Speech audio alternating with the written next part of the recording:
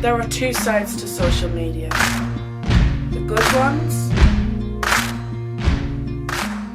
and the not so good ones.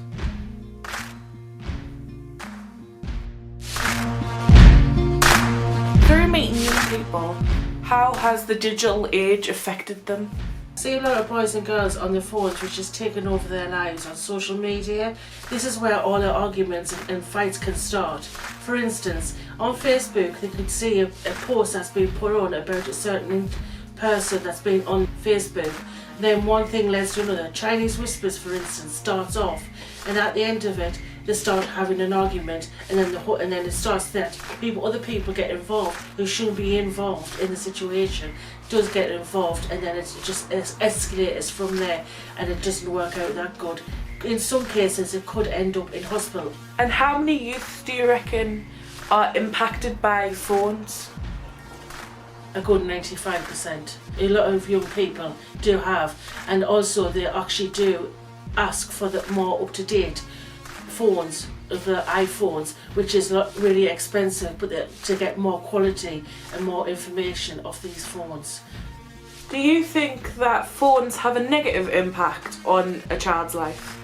Yes, because they see too many nasty and horrible situations on phones, and then they could turn into that nasty person.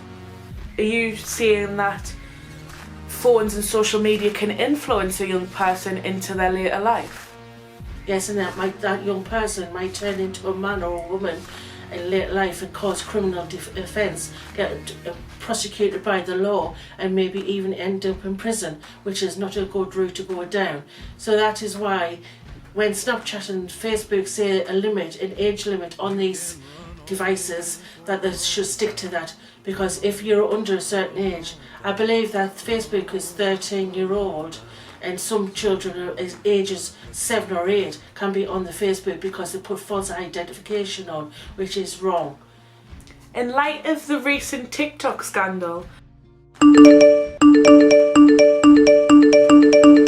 how many young people have you seen on TikTok below the age? Far too many. Far too many people are on TikTok at present below the age, which causes a lot of problems in further life.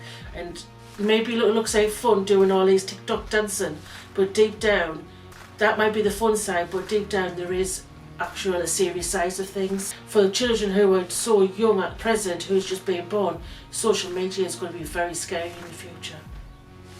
So you're saying that social media basically changes the lives of multiple young people you've seen? All age groups, all ages, all boys and girls of all age groups, definitely. I got my first phone when I was in year 7. I got his reward of finishing the Quran. 122 on that. Am I the only one who doesn't like that? See, if you think about things like that too much, it can really get to your head. Sometimes at night, just to take pictures, I do my makeup, just for a picture. I think girls take it a bit more deeper than boys. I have the most followers out of my friends, apart from Lola. But Lola looks like a model. It's like this pressure to look like Gigi Hadid. And it's hard because, I don't. Have you ever felt like you couldn't go a day without checking your phone? Chances are that the world seems to have shrunk into a 6-inch screen for most young people. It's not just a passing fad or a temporary trend.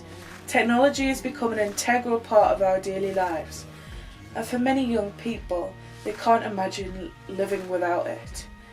In today's society, social media has become a staple in the lives of young people. However, with the rise of social media comes the rise of addiction. Many young people find themselves checking their phone every few minutes, scrolling aimlessly through their feeds and comparing their lives to others. According to a recent study, young people spend an average of 7 hours a day on their phones. Imagine what you could do with 7 extra hours. Swear I post everything on that, yeah. Your phone is like heroin right now. The fix. I got 19 likes on that. Facebook, sometimes scroll through the feed when you're on the loo. 82 on that. No, I get depressed that I'm touching my pockets thinking where my phone is. In the day, we're supposed to hand in our phones and then collect them at home time again.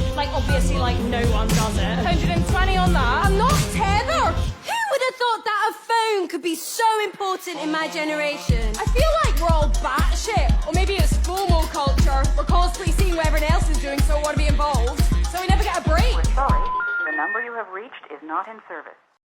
Phones are no longer just communication devices. They're a part of our lives. We check them when we wake up, before we go to bed. Even young people at the age of 2 are trading teddy bears for tablets. Instead of a childhood bound to live a life devoted to their screen. What kind of message is that sending? That people can't be creative and think outside the box? Think outside a 6-inch screen? But with all the benefits that come with smartphones, there's also a downside. Being constantly connected can lead to addiction, anxiety, and a fear of isolation. The impact of technology on young people's lives is both positive and negative. It has revolutionised the world in many ways, but it has also created challenges that we must address.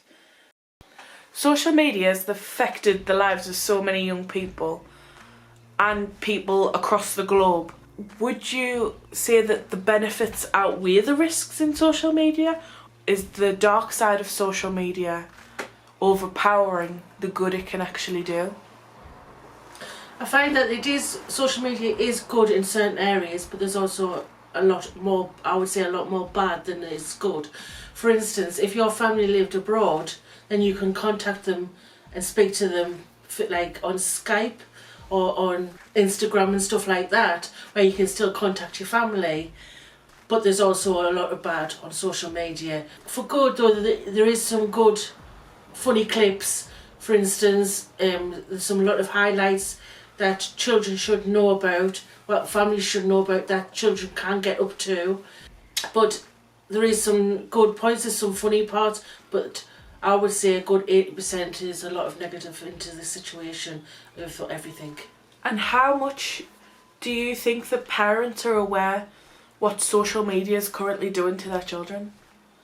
I think they know partly, but I don't think they know the full 100% of what they actually do. And because what a lot of the children do is they put things up and then they do a disappearing post, so the parents or nobody else can see what they've actually said to call another person, or they've said something bad about somebody. They've put a post up where it does a disappearing post straight away, either by picture or text, especially on Snapchat. Boys and girls, they are influenced by other people. For example, they are influenced by celebrities, as seen on social media, Snapchat, Facebook, Twitter and Instagram. They are influenced by celebrities because sometimes they would like to look like them, so they try to do things like, for instance, have the way that they like their hair, they like to do it that. Makeup is another product, the way they style, clothes-wise, how they dress, but they even go as far as operation.